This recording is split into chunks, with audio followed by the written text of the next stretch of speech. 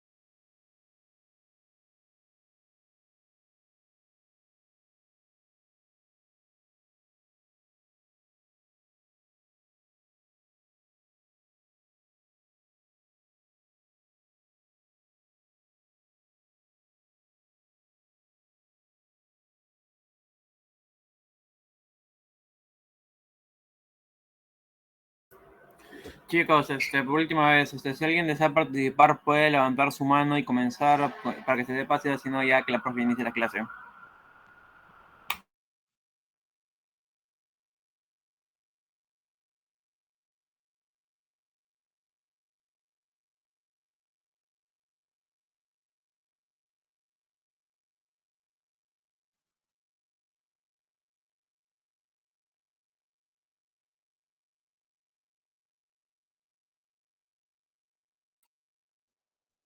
Hola,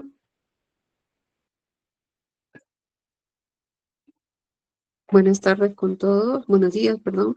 No sé si encuentran alguno de los chicos.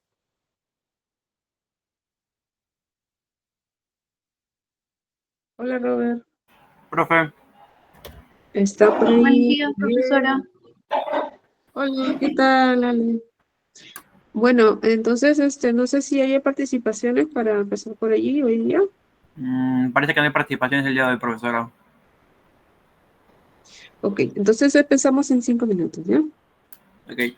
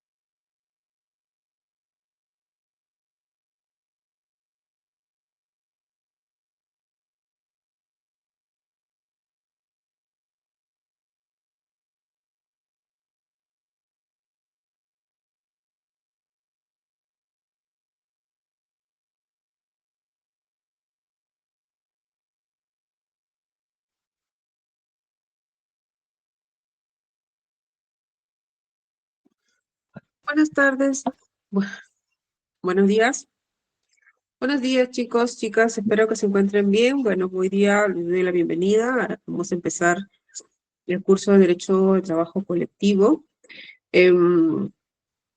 Empezando porque, bueno, esta segunda materia del curso de lo que es el derecho, del estudio del derecho al trabajo, implica pues la revisión, el estudio de las relaciones colectivas, ¿no? Que tienen que ver con el estudio de los sindicatos, ¿no? De las normas, en principio, las normas que regulan los sindicatos, el funcionamiento de los sindicatos y las actividades, y sobre todo lo que es el ejercicio de los derechos colectivos, ¿no? Entonces, hay toda una normativa al respecto. Ahí vamos a estudiar lo que es la ley de relaciones colectivas de trabajo y su reglamento, y básicamente lo que se incorpora en esta ley y en su reglamento es la manera, ¿no?, como el Estado ha dispuesto el ejercicio de los derechos de lo que es la libertad sindical, ¿no? O sea, lo que es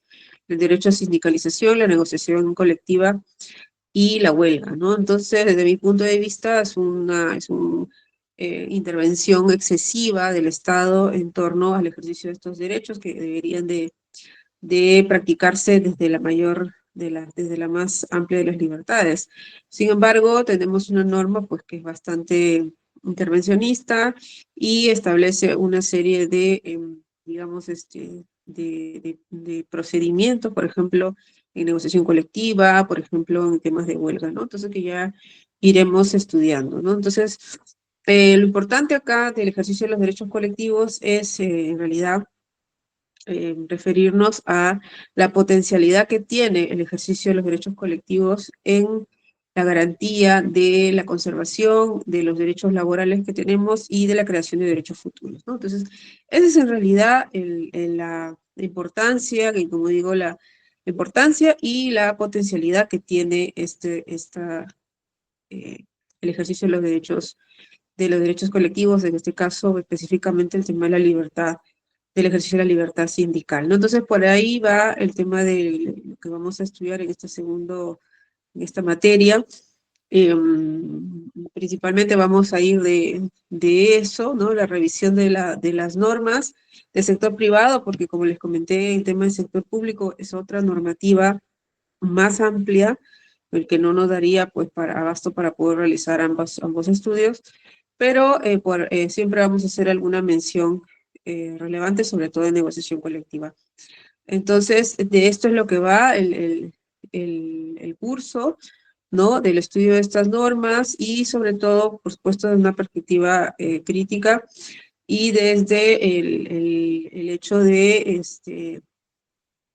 que lo importante en realidad en el estudio de del derecho colectivo de trabajo no es esta regulación estatal, sino en realidad es el ejercicio mismo de los derechos, ¿no? No es tanto la regulación estatal, porque al final la regulación estatal lo que busca es, digamos, restringir en parte, ¿no? Lo que busca es establecer parámetros y va a depender, claro, de qué estado, de qué gobierno sea o quiénes sean los que hayan hecho la ley para saber si es que se trata de una norma que promueve, ¿no? Que impulsa, que fortalece la organización sindical, o por el contrario se trata de normas que lo que buscan es más bien ponerle un corset a las organizaciones sindicales, recortar derechos o restringir el ejercicio de la libertad sindical. Entonces, esto por supuesto que va de eso también, ¿no? Y en realidad lo importante es qué se hace con esos derechos colectivos, ¿no? ¿Qué conseguimos con el ejercicio de estos derechos colectivos? En realidad eso es lo importante. Entonces también esto es un análisis y una crítica que va a ser transversal en cada una de las clases que podamos impartir. Bien, entonces el día de hoy lo que vamos a hacer es una parte general, ¿no? Vamos a decir, introductoria, ¿no? Nociones generales, donde vamos a hablar un poco de lo que estamos comentando y también un repaso general de la historia del movimiento sindical, ¿no? Ya para la próxima semana empezar a hablar directamente de lo que es la libertad sindical.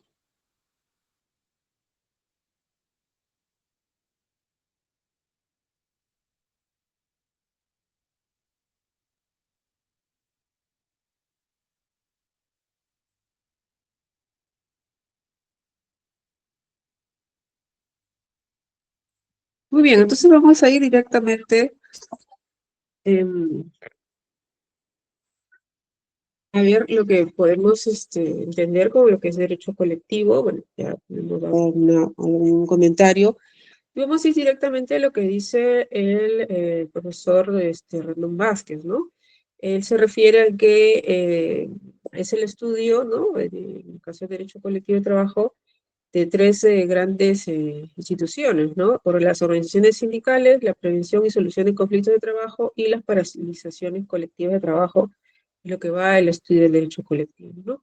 Entonces, va de esto, ¿no? Pero en realidad, para estudiar esas instituciones, ¿no? Al igual cuando empezamos a estudiar el derecho individual, debemos entenderlo, claro, desde el punto de que los derechos que se tienen son, o que tenemos en la actualidad todos, han sido materia, pues, o sea, producto de lucha social, ¿no? O sea, que no se han dado gratuitamente, que no se han dado por el beneplácito de nadie, ¿no? Bueno, del empresariado en general o del Estado, sino que ha sido un movimiento social o movimientos sociales los que lo han impulsado, ¿no? Como decían por allí, tiene que ver con que los derechos conseguidos no se han conseguido, valga la redundancia, sin incomodar a nadie, ¿no? Entonces siempre ha sido, pues, que la normalidad era que no hubieran estos derechos y que irrumpieran, pues, un grupo de trabajadores, trabajadoras a reclamarlos y los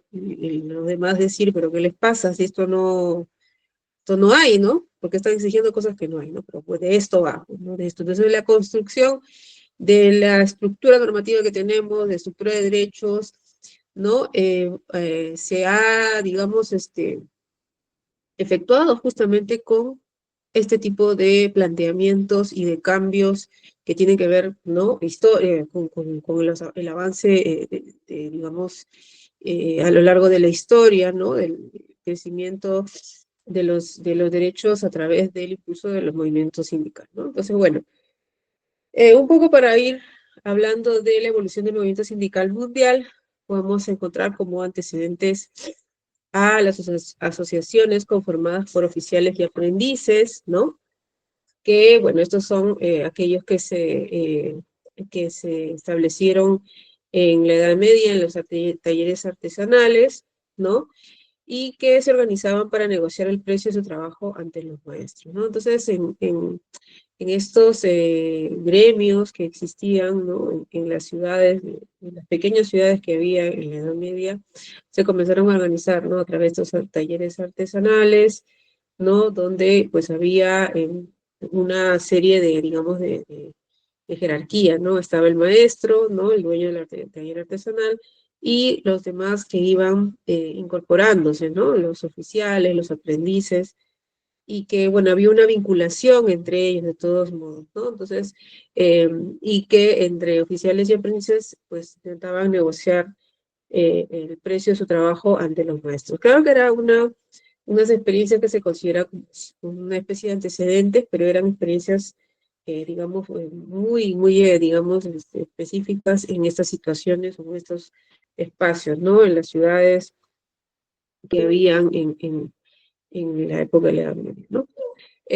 Luego, posteriormente, con el surgimiento, pues, de la revolución industrial, es que esto cambia, ¿no? Drásticamente y da paso al maquinismo, ¿no? Y ocasionó, por supuesto, el colapso de la producción de los talleres, ¿no? A favor de la producción en serie, la producción en máquina, ¿no?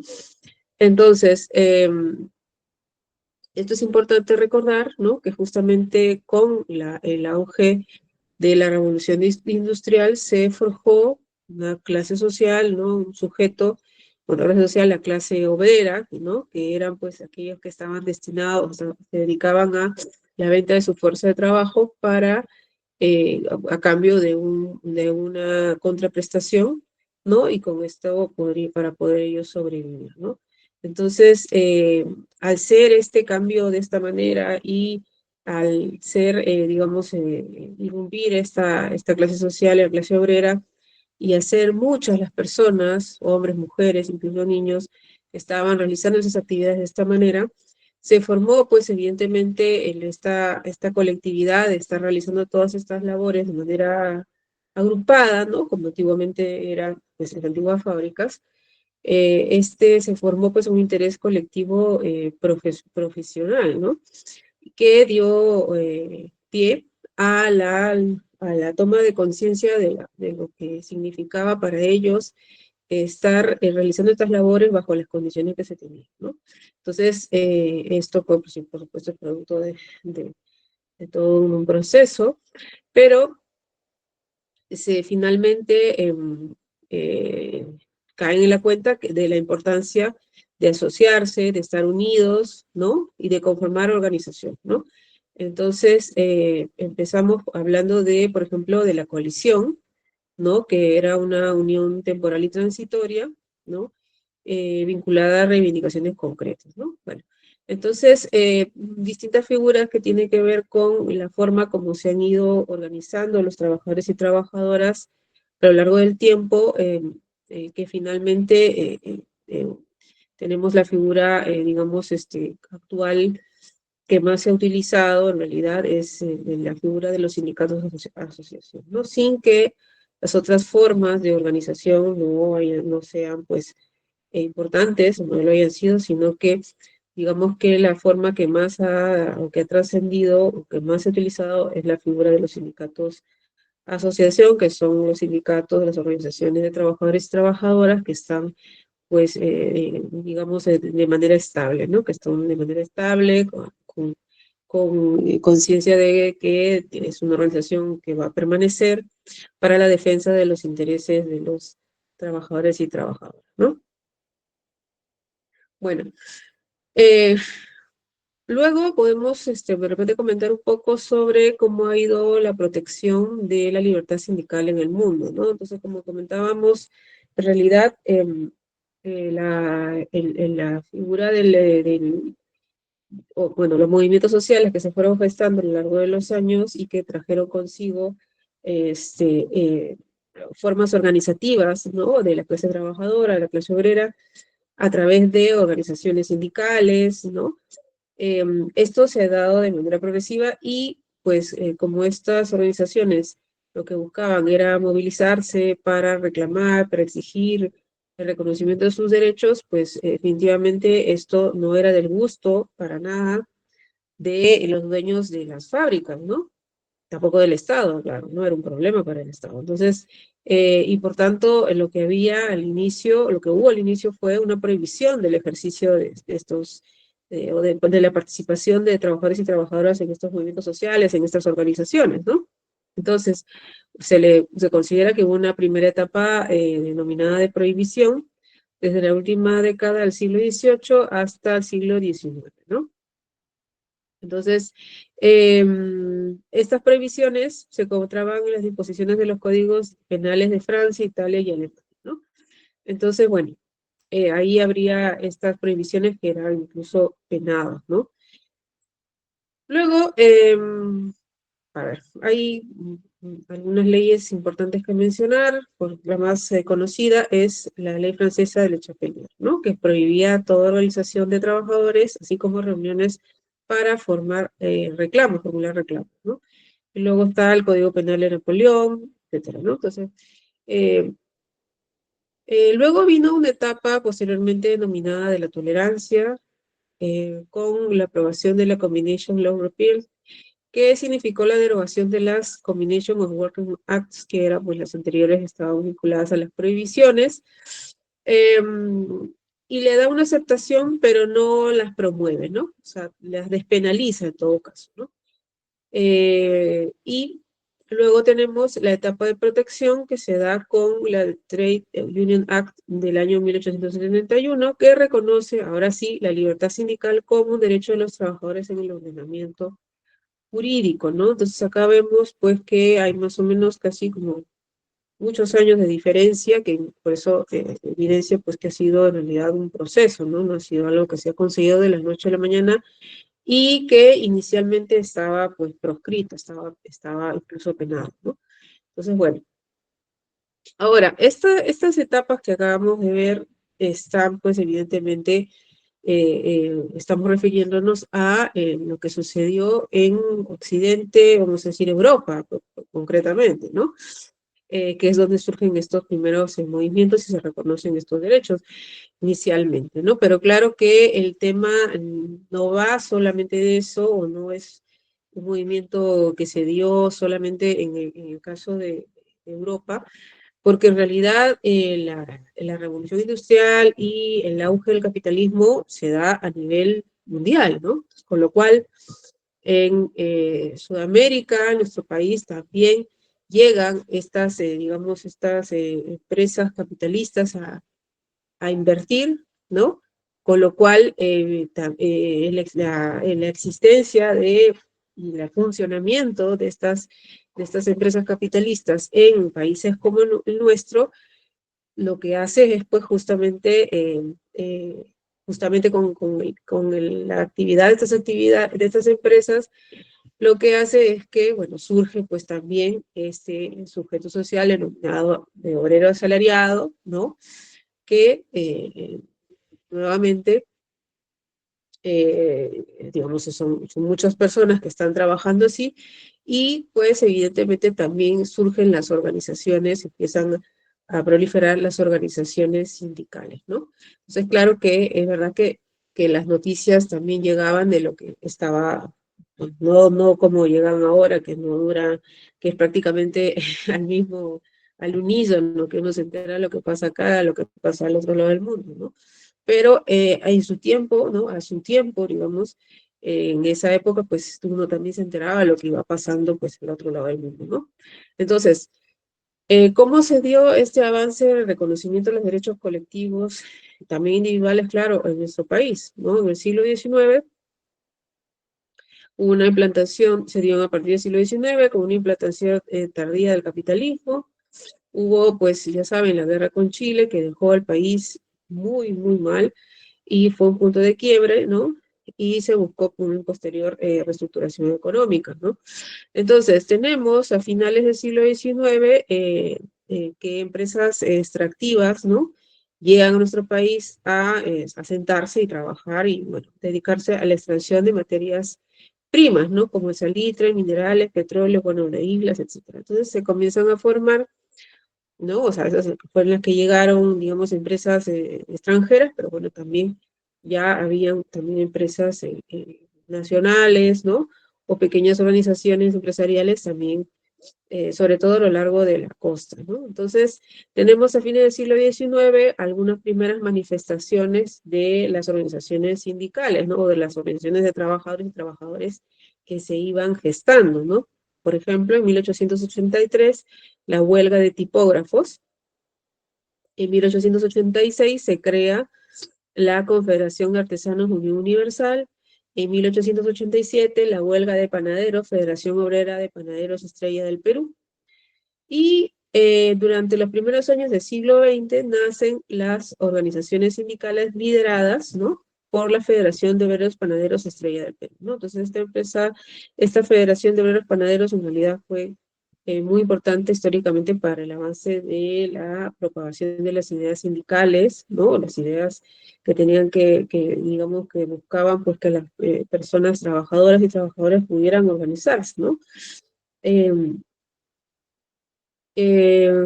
Luego se centralizó por la Federación Obrera Regional Peruana en 1913 y la Federación Obrera Local de Lima en 1918, ¿no? Entonces las organizaciones sindicales pues estaban en auge y empezaron a crearse y a ampliarse, ¿no? A nivel, por lo menos de la costa, de manera importante, ¿no?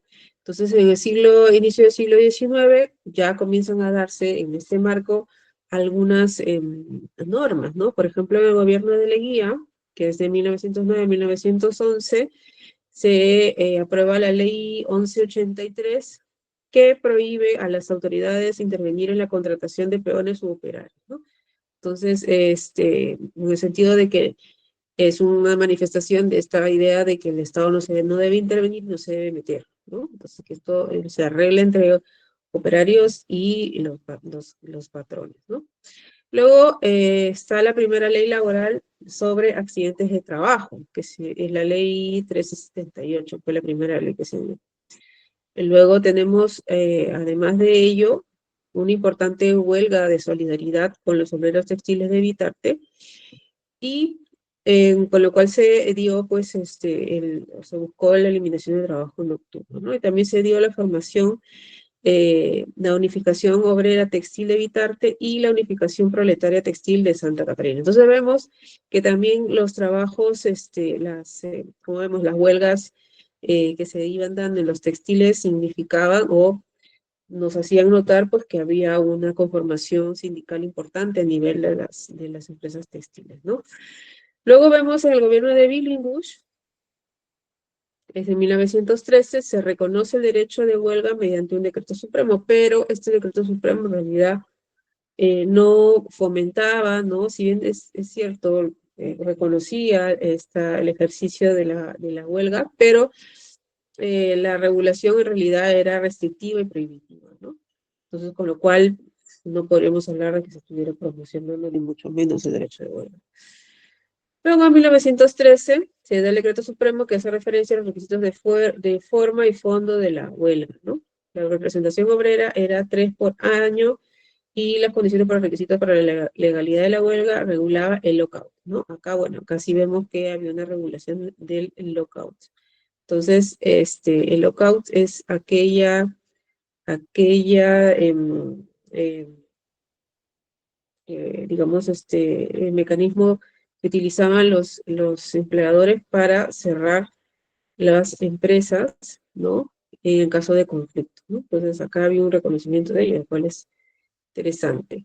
En fin, entonces se van dando los reconocimientos de ciertas normas, luego tenemos en 1917 la Revolución Rusa. Bueno, entre otras normas, vamos a ir, bueno, avanzando para no quedarnos un poquito por acá. Luego, en el gobierno de José Pardo, se dio la ley que reglamenta el trabajo de mujeres y las menores de edad. Sobre el tema de la inembargabilidad de sueldo en caso de alimentos, viene desde esa época. El descanso, ¿no? Obligatorio, feriados y domingos, ¿no? Y la obligación de dotar viviendas si el centro de trabajo estaba fuera de la ciudad. Bueno, entonces acá vemos varias normas, en realidad, de derecho individual. Entonces, finalmente, ¿no? Y hay un hito importante de resaltar, es que a través de estas luchas, que lleva sobre todo el movimiento anarquista, hace posible la conquista de la jornada, ¿no? De las 8 horas, ¿no? El 15 de enero de 1919, impulsado por la Federación Obrera Local de Lima, la Federación de Artesanos y la Federación de Estudiantes del Perú, ¿no? Sin embargo, luego, bueno, ustedes saben que los movimientos sociales también, por supuesto, y como es algo normal, ¿no? Están impulsados también por ideologías, ¿no? Entonces, en esa época, como consecuencia de digamos, y las consecuencias sociales de la hegemonía y del avance del capitalismo, ¿no? Se debatió muchísimo lo que se llamó la cuestión social, ¿no? O sea, este impacto que tenía que tuvo el capitalismo sobre las personas que trabajaban, y cómo era que pues había este tema de la explotación de los trabajadores y las trabajadoras, y bueno, la forma como no se respetaban sus derechos, etcétera, ¿no? Entonces, y la evidencia, pues, de que este sistema lo que hacía era, pues, enriquecer a unos y a los demás mantenerlos pobres, pues, ¿no? Entonces, se cuestionó mucho ello, estamos hablando de hace más de un siglo atrás, mucho más, y entonces, como resultado de este cuestionamiento, es que surgen, pues, las ideas políticas, ¿no? El socialismo, el comunismo, el anarquismo, que en su momento impulsaron los movimientos sociales que buscaron el reconocimiento de los derechos de los trabajadores y las trabajadoras, ¿no? Entonces estas ideas vienen desde muy atrás, ¿no? No son ideas nuevas, ¿ah? O sea, no son, digamos, recientes, sino ya tienen mucho tiempo atrás, y pues el impulso de estos movimientos, ¿no? Trajo, pues, efectivamente, como estamos viendo, el reconocimiento de distintos derechos. Incluso el que acabamos de mencionar de la conquista de la jornada de las 8 horas, ¿no? Un hito sumamente importante en la historia de los derechos laborales de nuestro país. Bueno, ¿qué más? Para ir avanzando, ¿no? Bueno, el tema del año 1919, la jornada laboral máxima de las 12 horas, perdón, de las 8 horas, que se consiguió luego de una huelga. Luego tenemos la aprobación de la Constitución Política de 1919, donde prohíbe la esclavitud, la obligación de legislar sobre seguridad y salud en el trabajo, y también hay digamos, en este marco de la Constitución de 1919 se aprueba una ley para el preaviso del despido con 90 días de anticipación.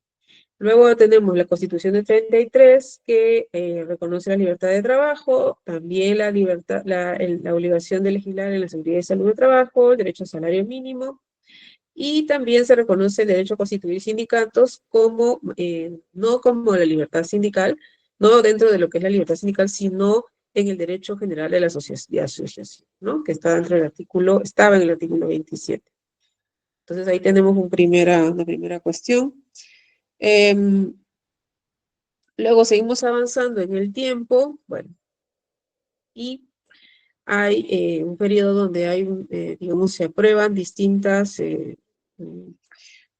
normas, ¿no? O tratados que tienen que ver con derechos humanos. Por ejemplo, en el año 48, ¿no? Se aprueba la Declaración Universal de Derechos Humanos, ¿no? O sea, la ONU aprueba la Declaración Universal de Derechos Humanos, ¿no? Y en el año, en el año 1960, ¿no? Se aprueba y se suscribe en nuestro país esta Declaración Universal de los Derechos Humanos, y también nuestro país ratifica el Convenio 87 de la Organización Internacional de Trabajo que regula, ¿no? Garantiza el derecho a la libertad sindical, ¿no? Entonces ahí vemos más o menos cómo ha ido avanzando ya en mediados del siglo pasado el reconocimiento o, digamos, el hecho de que nuestro país se pliega, ¿no? Ratifica estos tratados internacionales en materia de derechos humanos. En realidad fue un avance importante en ese sentido. Luego, ¿qué más tenemos? En el año 70, bueno, en el año 64 hay una ratificación del convenio 92 de la Organización, 97, perdón, del convenio de la Organización Internacional del Trabajo, y luego tenemos, en el año 70, se reconoce el derecho a la estabilidad laboral, muy importante. Lamentablemente luego hubo un golpe de Estado contra el general Juan Velasco, y, o sea, me refiero lamentablemente porque en el gobierno de Velasco se dieron varias leyes en favor de los derechos laborales, ¿no? Y con el cambio de gobierno por este golpe de Estado, es que se retrocede un poco en ese sentido, ¿no? Se retrocede y, bueno, incluso, por ejemplo, se derogó la ley que reconocía el tema de la estabilidad laboral, y luego se indica pues que ahora se va a adquirir luego de 3 años de trabajo, ¿no? Finalmente tenemos la Constitución del año 79, donde hay un reconocimiento expreso al derecho a la estabilidad laboral, a la libertad sindical, ¿no? Como la conocemos nosotros, o sea que engloba la sindicalización, la negociación colectiva y la huelga, y también se reconocen varios principios de derecho de trabajo muy importantes. Bien, entonces, bueno, ¿qué más? Esto no voy a mencionar porque, bueno, más o menos ya lo he mencionado. Lo que podemos es mencionar acá algunos temas vinculados a la normativa internacional de derecho colectivo de trabajo, y vamos a ver que internacionalmente hay muchas normas o muchos tratados que reconocen los derechos colectivos, sobre todo, principalmente me estoy refiriendo al derecho a la libertad sindical, ¿no?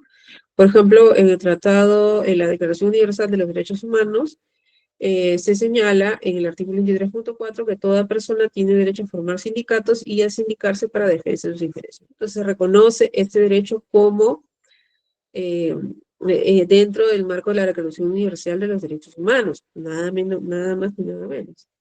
Luego tenemos los convenios de la Organización Internacional de Trabajo, ¿no? Que ya sabemos que es un tratado internacional específico, ¿no? De aplicación genérica. De un tema específico me refiero porque se trata de derechos laborales, pero es de alcance general porque no es solamente para Américas o para Europa, sino es a nivel mundial, ¿no? Entonces tenemos el convenio número 87, que en el artículo 3 dice que garantiza la autonomía sindical y prohíbe las autoridades inmiscuirse en asuntos sindicales. Ya iremos nosotros por ese lado también. Luego, la Convenio 98, en el artículo 1, dice que se prohíbe actos de injerencia de empleadores que violen la autonomía sindical. Y el Convenio 151, en el artículo 4, protege el derecho a la sindicalización de los servidores públicos, ¿no? Entonces, bastante importante lo que regulan estos convenios de la Organización Internacional de Trabajo. Luego ya a nivel de América tenemos el Pacto Internacional de los Derechos Económicos, Sociales y Culturales, y tenemos su artículo 8, los incisos 1, 2 y 3, se reconoce que el derecho a toda persona a fundar sindicatos y afiliarse al de su elección. El derecho de los sindicatos a funcionar sin obstáculos y sin otras limitaciones, y bueno, que nadie, y que no puede funcionar sin otras limitaciones, además de las que señala la ley, ¿no? Y que ninguna ley puede aplicarse de manera que menoscabe estas garantías. Luego tenemos la Convención Americana sobre Derechos Humanos o Protocolo de San Salvador, que también reconoce en los artículos 8, incisos 1, 2 y 3, la garantía de que las organizaciones sindicales pueden agruparse en organizaciones mayores, ¿no? Llámese federaciones, confederaciones. También es importante mencionar que garantiza el derecho de huelga, ¿no? Eso es importante porque el ejercicio del derecho de huelga ha sido denostado muchísimo tiempo, pese a ser parte de la libertad sindical y ser digamos, una herramienta de autotutela importante, ¿no? En el derecho al trabajo, para los trabajadores, claro. Ha sido denostado, se le considera como un rezago digamos que, una forma digamos, de mecanismo de conflicto que debería de quedar atrás, ¿no? Pero en realidad es un derecho, está reconocido, repito, por la Comisión Americana sobre Derechos Humanos, y lamentablemente pues a los empleadores no les gusta para nada, entonces no contamos con un convenio internacional en materia de huelga, ¿no? Pero eso no implica, convenio internacional me refiero a convenio internacional de la Organización Internacional de Trabajo. Pero como vemos, está reconocido el derecho en la Convención Americana sobre Derechos Humanos. Luego, en lo que es para terminar de hacer este recorrido, tenemos en la Constitución del año 93, en el artículo 2.2, hay un deber de no discriminación, ya que se indica que no se puede discriminar a las personas en materia sindical, ¿no? O en materia sindical, ¿no? Entonces, ese es un tema sumamente importante porque es verdad que muchas veces los dirigentes sindicales o las personas que ejercen libremente su derecho a afiliarse a la organización sindical que les parezca, luego pueden ser materia de discriminación, no solo por sus pares, ¿no? Por sus compañeros de trabajo, sino y principalmente por el empleador. Entonces es un hecho que está prohibido. Pero luego tenemos el artículo 28 de la Constitución, donde se reconoce el derecho a la libertad sindical. Y entonces acá vemos pues que en este artículo 28 sí se habla de reconocimiento del derecho a la libertad sindical, pero con respecto a la huelga dice que garantiza o reconoce o que la huelga se ejecutará o se ejercerá en armonía con las restricciones que establezcan las leyes, ¿no? Algo así dice, ¿no? Entonces, no se garantiza el ejercicio pleno del derecho de huelga, ¿no? Sino se dice que la huelga, pues, se ejercerá en la medida de lo que señala la ley, ¿no? Lo remite a la ley y en el marco y con las restricciones que establezcan, ¿no? O sea, lo que dice la Constitución es sí existe el derecho a la huelga, que es parte de la libertad sindical, pero no, el Estado no asume el fomento de ese ejercicio, del ejercicio de ese derecho, ¿no? Ni su promoción, sino se puede ejercer, pero de manera regulada, de manera conforme lo que establezca la ley, con el cumplimiento de requisitos, con el marco normativo, ¿no? Lo que lo autoriza. Es decir, te está diciendo, ¿vas a poder ejercer tu huelga? Sí, pero no es un ejercicio libre. Hay toda una serie de mecanismos que tienes que primero agotar para poder ejercer el derecho. Por lo tanto, no estamos hablando de un ejercicio libre como muchos piensan, ¿no? Sino que estamos hablando, por el contrario, de un ejercicio restringido. Eh,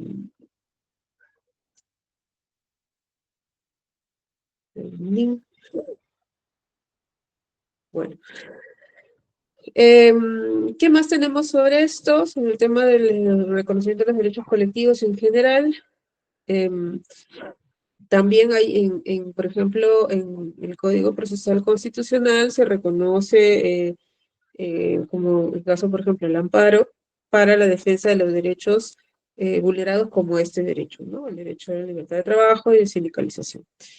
Bueno, luego también hay mención del ejercicio de los derechos colectivos o de la protección de los derechos colectivos en las normas laborales, ¿no? Sobre todo en lo que tiene que ver con la discriminación, ¿no? Que la discriminación o cuando se refiere al despido motivado por ejemplo, por una causa, digamos, discriminadora, ¿no? O sea, despido a un dirigente porque es dirigente, despido a un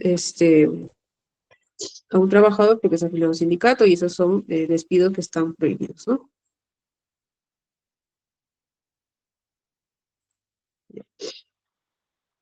Bueno, en el Código Penal tenemos el artículo 168.10 que habla sobre delitos de la libertad de trabajo, ¿no? Eh, Ahí se sanciona lo que tiene que ver con la obligación o no a integrar un sindicato, a quien se obliga, ¿no? A integrar o a salirse del sindicato. Entonces, ahí vemos una sanción penal respecto a la vulneración del derecho a la libertad sindical individual, positivo o negativo, ¿no? O sea, si yo ejerzo mi derecho de manera individual a afiliarme a un sindicato, constituir un sindicato, es un ejercicio de libertad sindical individual positiva.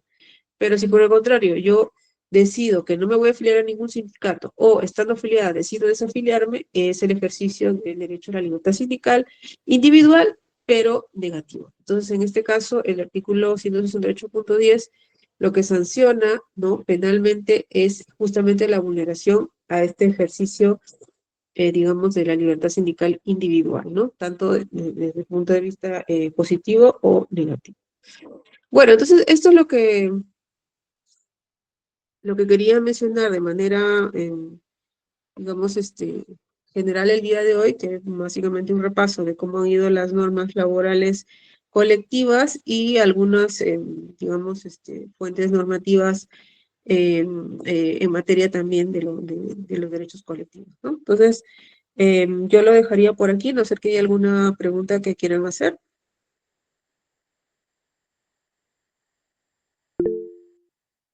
Sí, Leonardo.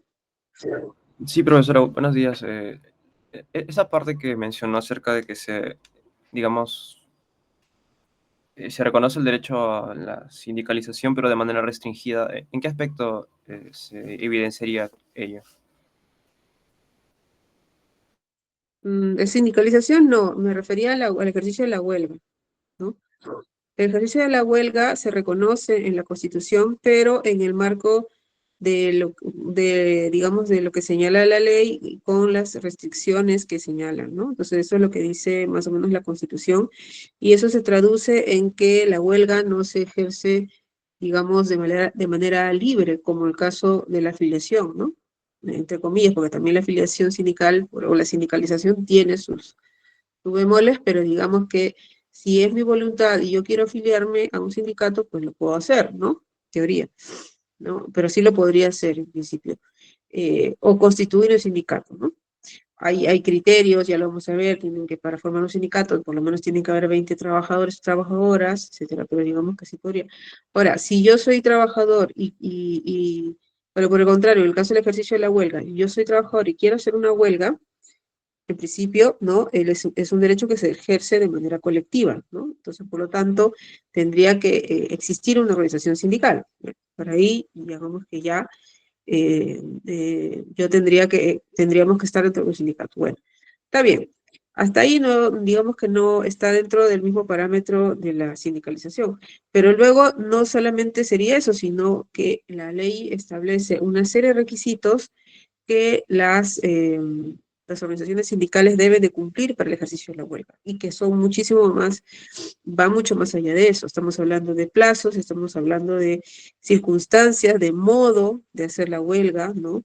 De por qué estás haciendo la huelga, ¿no? Y también de cuestiones administrativas que tienes que cumplir. O sea, no solamente es decir, ¿por qué estás haciendo la huelga? Y de qué manera vas a hacer la huelga y cuándo vas a hacer la huelga, sino cumplir ciertos requisitos administrativos. Por ejemplo, las notificaciones, el informar de eso al empleador en un plazo determinado, informar al Ministerio de Trabajo, ¿no?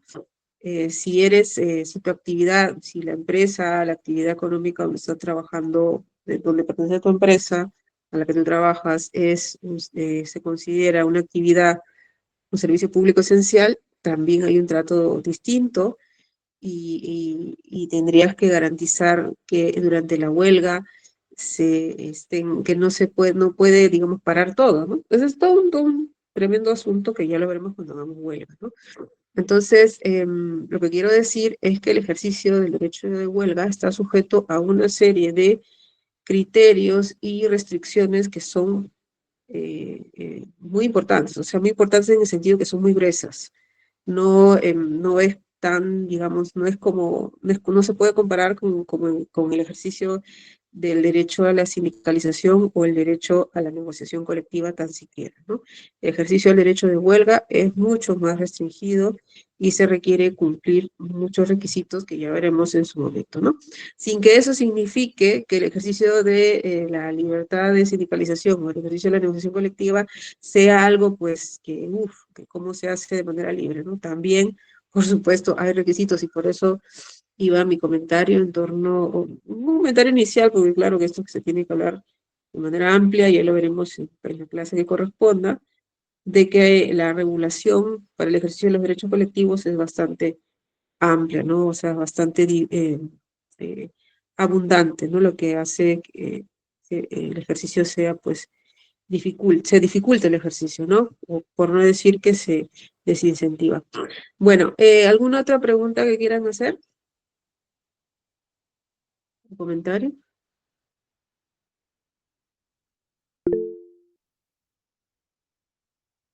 Sí, John. Sí, profesora, buenos días.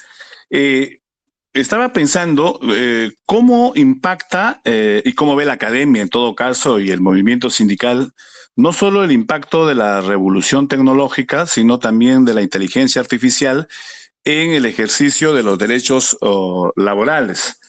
Y un segundo componente asociado a la primera, ¿cómo evalúa a usted y la academia y la experiencia española el futuro de las organizaciones sindicales? En Perú es obvio que la CGTP, adscrita históricamente al Partido Comunista, y la CTP, históricamente adscrita al Partido Aprista, están en una seria crisis de representatividad. Pero ¿cómo es en España? En España está la UGT, que en su día, cuando viví en España, lideraba Nicolás Redondo, y Comisiones Obreras, que la lideraba Marcelino Camacho. ¿Cómo está el tema de la organización sindical en España y qué futuro le ve usted aquí en Perú? Gracias. John, siempre haces preguntas muy profundas y múltiples. Bueno, te agradezco la pregunta. Bueno, es bastante amplia, pero en todo caso responderé algún comentario general y luego seguramente conforme vayamos avanzando en las clases y podemos ir ampliando, porque en realidad son preguntas muy importantes que son más que todo de reflexión y de análisis general, ¿no? Bueno, el tema sindical en nuestro país bueno, es un tema crítico porque es un movimiento sindical débil, ¿no? Entonces, eso ya creo que también se los he comentado antes. Sin embargo, eso no significa que uno tenga que bajar los brazos y decir, bueno, es un movimiento sindical débil, no hay nada que hacer, ¿no? Por el contrario, ¿no? Nosotros, si vemos lo que dice la Constitución, deberíamos entender que la Constitución habla de fomento, la negociación colectiva, de garantía de la libertad sindical, y este compromiso de fomento de la negociación colectiva, de garantía de la libertad de ejercicio de la sindicalización, la libertad sindical, tiene una carga, digamos, de deber en el Estado sumamente importante, sumamente importante.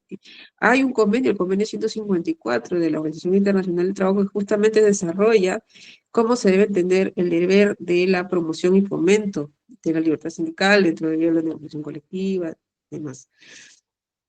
Entonces, lo que pasa es que tenemos una constitución sobre ese punto que reconoce específicamente el tema de negociación colectiva y sindicalización, alineado con las normas internacionales, pero que en realidad en el desarrollo normativo, ¿no? Restringe, o sea, me refiero, cuando hablo de desarrollo normativo, me refiero a las leyes, ¿no? Y el reglamento de relaciones colectivas que tenemos, pero que en la práctica restringe el ejercicio del derecho, ¿no? Entonces, son varias cosas, ¿no? Por un lado está la parte normativa, ¿no? Y por otro lado está el movimiento social propiamente, ¿no? El movimiento sindical propiamente. Entonces, tenemos unas normas que no promueven realmente la conformación de sindicatos, que no fortalecen la conformación de sindicatos, que no sancionan adecuadamente el incumplimiento de los convenios colectivos, ¿no? Entonces, no estamos cumpliendo lo que dice la Constitución, el Estado no está garantizando lo que dice el artículo 28.12 y 1 y 2. Entonces, eso por el lado normativo. Ahora, por el otro lado tenemos, y es la base en realidad, porque la parte de las normas, ustedes saben que es un tema súper estructural, con lo cual los que establecen las normas, los que crean las normas, son los que están en el poder, ¿no? Entonces, lo importante es el movimiento sindical, cómo está conformado, cómo va el pulso, y lamentablemente en nuestro país tenemos un movimiento sindical débil, sin que eso signifique denostar las organizaciones sindicales que existen. Por supuesto que se les reconoce, es un enorme esfuerzo que viene realizando desde muchísimos años, ¿no? Pero, o sea, la realidad es esa, y tiene que ver justamente con una problemática que hemos visto hace muchos, y siempre lo mencionamos, con lo que tiene que ver con el amplio margen de precarización y de informalidad laboral, ¿no? Entonces tenemos una cantidad inmensa, mayoritaria, de personas, trabajadores y trabajadoras que no gozan de derechos laborales porque están en la informalidad, en la precariedad.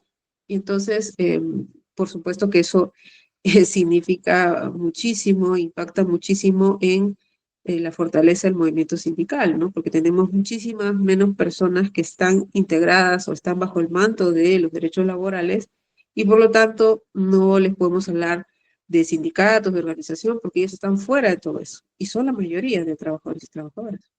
Ese es un tremendo problema, que es un problema estructural ya, ¿no? De cómo se ha impulsado, bajo qué criterios económicos se ha impulsado digamos, el impulso a la productividad, digamos, ¿no? De nuestro país, qué sectores económicos se han impulsado desde los gobiernos que han pasado, ¿no? Qué sectores económicos, ¿no? De qué manera se ha reducido el Estado hasta casi dedicarse solamente a cuestiones muy específicas, ¿no? Entonces, es un problema muy serio, ¿no? Es un problema enorme, no tenemos en realidad, la debilidad del movimiento sindical es reflejo de eso, ¿no?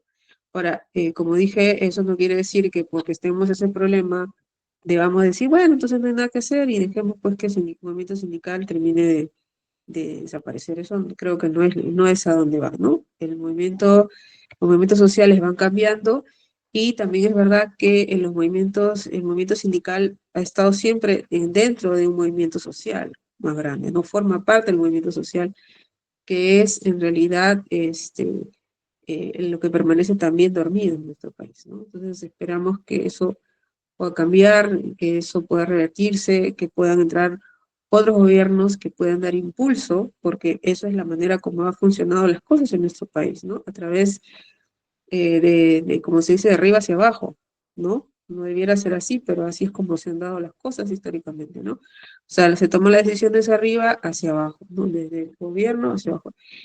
Sería importante decir que debiera ser el movimiento social que empuje y que movilice los cambios. Eso sería importante decirlo, pero lamentablemente en estos momentos, luego de que vimos como hace 2 años eran asesinados más de 50 personas, ¿no? En nuestro país sin que nadie pague nada. O sea, hasta ahora nadie está en la cárcel por lo que les han hecho a esas personas. Y los que hicieron eso sí en el poder, o sea, francamente es descorazonador, pero de todo. O sea, ¿qué les puedo decir, no? Es tremendo, pero no perdamos la fe en que eso se pueda cambiar y con lo menos con lo que se tiene, exigir que se respeten los convenios colectivos, exigir que se fortalezcan las organizaciones sindicales, ¿no? Creo que eso es lo más importante en este momento, ¿no? Con lo que tenemos, digo, ¿no? Vayan a hablar de otras cosas más estructurales, ¿no? Que ya vendría, desborda ya en lo que estamos hablando en la cátedra, ¿no? Digamos, en este momento, ¿no? Y a nivel, no, nada, y a nivel de España, pues, ¿qué les puedo decir? Sí, efectivamente, acá hay dos organizaciones sindicales muy fuertes que son, como ha dicho Tulio, comisiones obreras y la UGT, ¿no? Unión General de Trabajadores, sigue teniendo una participación sumamente importante, a diferencia, claro, de países como el nuestro. Aquí sí, ellos tienen una participación muy importante. Los convenios colectivos se estudian, ¿no? A nivel, digamos, es una fuente del derecho importante, sumamente importante, así como son las leyes, ¿no? Y los reales decretos. En cambio, en nuestro país el convenio colectivo está por ahí y a nadie ni le importa, porque en realidad no tenemos convenios colectivos, por ejemplo, sectoriales, ¿no?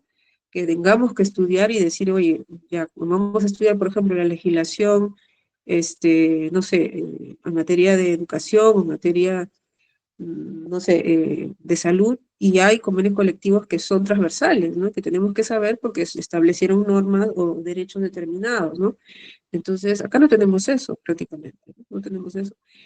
Prácticamente no, ¿no? En el sector público recién hay negociación colectiva centralizada que está otorgando beneficios, pero estamos hablando de beneficios económicos, no estamos hablando, o sea, aumento de 50 soles, un bono de 300 soles, no está bien, ¿no? Pero hablemos, por ejemplo, de, no sé, de la creación de nuevos derechos, ¿no? Entonces, estamos a una distancia enorme de estar ahí, ¿no? Pero en países como este, pues sí se estudia la legislación desde esa perspectiva. Ahora, pero no seamos, o sea, no es la maravilla, porque la desmovilización de los sectores de los trabajadores y trabajadoras es un cáncer que está avanzando por todo el mundo, por todos lados, ¿no? La desmovilización, la temporalidad, ¿no? Entonces son derechos que se han conseguido, ¿no? Importantes, laborales, pero que luego, si es que no se cuidan, va retrocediendo, ¿no? Entonces sabemos que hay una oleada internacional, ¿no?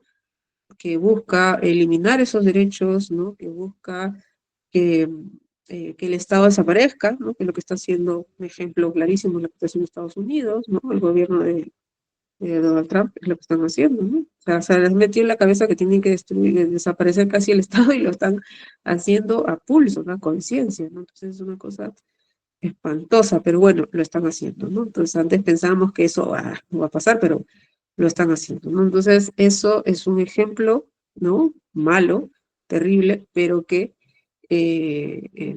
prende en otros lados, ¿no? Porque hay mucha gente que tiene ese tipo de ideas y que lo intentan incorporar al debate público y eso es definitivamente, eso ya es un tema, no lo sé, no sé cómo explicarlo porque en realidad es muy curioso, ¿no? Porque personas, por ejemplo, estoy acá en España, ¿no?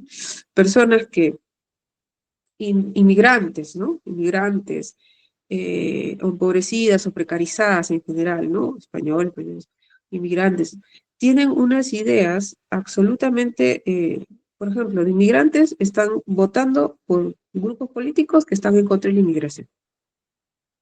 Es una cosa increíble, es una cosa alucinante, yo no lo puedo entender. Entonces, inmigrantes votan a favor de esos grupos, ¿no? ¿Por qué?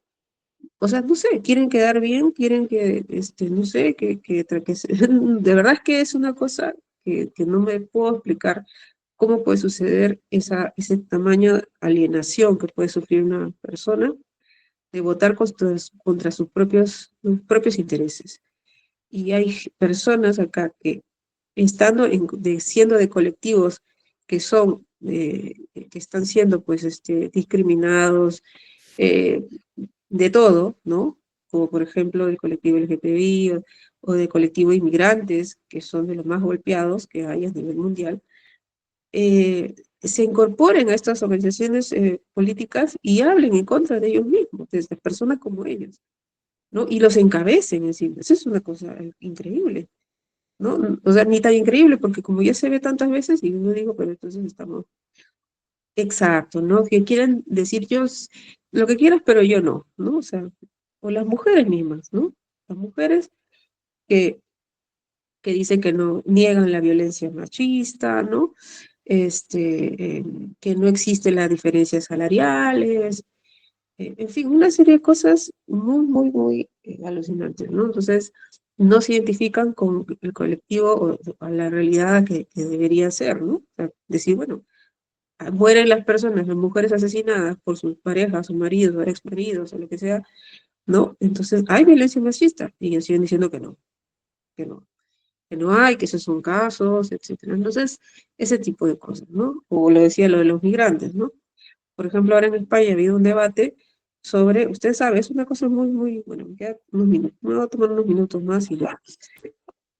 Acá hay un problema muy, muy tremendo con respecto a la migración ilegal, pero no la migración, por ejemplo, de la migración de países latinoamericanos, ¿no? Sino de países africanos, ¿no? Porque España, digamos, la península ibérica, está pegadita a la parte norte del África, ¿no? Entonces, es vecina con Marruecos, cruzando pues, la parte del mar, está cerquita con Marruecos y luego en la parte de abajo están, o sea, más al sur del África o la parte de África Central están los países pues, de África, bueno, no me acuerdo ahorita, eh, eh, sí, cruzando el estrecho de Gibraltar. Entonces, bueno, lo que quiero decir es que las personas migrantes de África vienen desde la parte del centro del África y suben hacia el norte y cruzan, ¿no? Este estrecho, ¿no? Y se van en embarcaciones que son horrorosas, o sea, no entiendo cómo, de verdad, pobres personas, en unas embarcaciones que son, digamos, eso que uno utiliza para irse de esos pescas artesanales, ¿no? O sea, unos barquitos pequeñitos que no tienen nada, que es así y te sientas encima y no hay nada más. O sea, no hay ni un toldo, no hay nada. Eso. Y se suben ahí, no sé cuántas personas, muchísima gente, y intentan cruzar, ¿no? El mar y llegar a las costas de, sí, de Marruecos, pero no solamente son personas de Marruecos, vienen de todo el África. O sea, llegan hasta Marruecos, ¿no? O por allí y por ahí se embarcan. Obviamente estamos hablando de mafias, ¿no? O sea, de mafias porque ya es un camino, o sea, ellos no son los mafiosos, me refiero, ¿no? Sino que hay ya mafias enquistadas en todo ese camino que dicen pues que les pagan lo que sea y los llevan, porque van a pie inclusive, o sea, es una cosa tremenda, de verdad. Y llegan hasta ese punto, ¿no? Después de morir muchos por el camino, llegan a ese punto, cruzan el mar y como se dice, a la de Dios, ¿no? A la de Dios para que alguien los rescate, porque con ese barco no van a llegar nunca a la tierra, ¿no? Entonces es una cosa horrible porque todos los días llegan estas personas, muchas mueren, todos los días, les hablo de todos los días, ¿no? Muchas mueren, y muchos de los que llegan son menores no acompañados, o sea, niños ¿no? Sin sus padres. Muchos de ellos son así. Entonces llegan y a estos menores los reciben, ¿no? Dependiendo quién sea el que lo vaya, si estén aguas españolas, o aguas italianas, o en aguas, dependiendo de quién los encuentre, ¿no? Se los llevan y hay todo un protocolo para darles una, recogerlos, ¿no? Y darles asistencia, ¿no? Entonces, este tema es un tema sumamente politizado aquí en España, entonces hay un debate porque normalmente estas personas llegan a las Islas Canarias, ¿no? A las islas que están cerca de más cerca al África, pero que son españolas, llegan a las Islas Canarias, los recogen y los tienen allí. Y el problema es que como llega tanta cantidad de personas, ya no tienen dónde darles abasto. Entonces hay un debate para decir, estos menores, ¿no? Los menores, sobre todo porque no tienen padres, no tienen nada, ¿a dónde los van a devolver? Obviamente, ¿no? No pueden devolverlos a ningún lado. Entonces se tienen que quedar, pero les tienen que repartir o enviar a otras comunidades, que como decir, ciudades de España, para que los acojan. Y hay todo un debate porque las comunidades autónomas que están gobernadas por partidos de derecha y ultraderecha no quieren recibir a estos niños, ¿no? Entonces es horrible porque es una cosa, da pena, da mucha pena porque son niños, ¿no? Y la propaganda de la derecha, ultraderecha dice, estos hay que, todos son mayores, es mentira que son menores, son los que luego vienen a robar, etcétera, son violadores, o sea, un montón de cosas espantosas y no quieren recibir a estos niños, ¿no? Entonces, y es muy, muy triste, la verdad, y es muy triste lo que pasa, ¿no? Entonces, este tipo de discursos que les ponía de ejemplo, ¿no? Por ejemplo, estos debates sobre esta problemática de la inmigración, es parte de los debates que se incorporan en la derecha y la ultraderecha, que justamente con el apoyo de medios de comunicación sensacionalistas, lo primero que hacen cuando hay digamos, un robo o lo que sea, lo primero es educar si es que esta persona es inmigrante o no es inmigrante, ¿no? Para decir, ves, entonces ellos, entonces es terrible. Y parte de esos discursos, ¿no? De odio, pues son discursos de odio, tiene que ver también, por ejemplo, con lo que son las organizaciones sindicales también. O sea, todo lo que tenga que ver con cuestiones de solidaridad, ¿no? Por ejemplo, el tema sindical es organización en defensa de los intereses de trabajadores y trabajadoras, en fin, mejorar condiciones de trabajo, etcétera. Todo eso está totalmente, digamos, visto mal por la derecha y la ultraderecha. Ya ni qué les digo, por ejemplo, de estos casos de los inmigrantes, los inmigrantes que llegan por el mar, muchos llegan muertos, otros no llegan, ¿no? O los que llegan, pues hay este problema para el tema de qué hacer con los niños que llegan sin sus padres, que son la mayoría llegan sin nadie, ¿no? O sea, prácticamente los mandan como si fueran unos paquetes, ¿no? Entonces es muy, muy triste, la verdad, muy, muy triste. Y más triste escuchar los debates de toda la manera como defienden esa posición anti-inmigrante, ¿no? Entonces, en fin, entonces parte de todo ese paquete justamente es parte de estas ideas ultraderecha, ¿no? También tiene que ver con las personas, pues que le digo, anti-inmigrantes, anti-mujeres, colectivo LGTBIQ+, derechos laborales, anti-sindicatos, anti-todo. Es un movimiento fuerte, ¿no? Que en España también sí está fortaleciéndose lamentablemente, pero que bueno, lo bueno que aquí hay otros grupos, ¿no? Más de centro o de izquierda que digamos que le hacen un poco el pare, ¿no? Pero es una pelea tremenda y todos los días es terrible, de verdad que yo ya me estreso mucho a veces escuchar las noticias, es terrible. Pero así como pasa acá, está pasando en toda Europa, ¿no? Entonces, es así. Entonces, de momento, las organizaciones sindicales están allí, son organizaciones sindicales fuertes, sí, pero nadie se escapa de esta oleada anti todo, ¿no? Yo diría que antiderechos, en realidad, antiderechos humanos, antiderechos laborales, en fin, antiderecho de las mujeres, antiderecho de los inmigrantes, que va en contra de todos los colectivos que necesitan protección, ¿no? Entonces, bueno, nadie se escapa de esa oleada, y bueno, vamos a ver, como les digo, hay muchas cosas por pelear. En fin, a Tulio me has hecho hablar media hora de cosas, ya ni sé qué más. Bueno, chicos, entonces lo voy a dejar ahí porque yo también ya vamos a... Sí, lo voy a dejar por aquí. Y nada, que tengan un bonito Nos dio el contexto fin de semana. donde se aplica la teoría. ¿Cómo? Disculpe, le decía que la respuesta era importante porque nos da un contexto de la realidad donde la teoría y las leyes se aplican. Muchas gracias.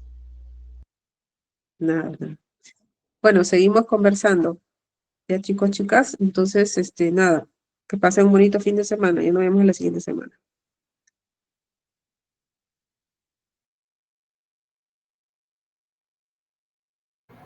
Hasta luego, profesora. Profesora, gracias.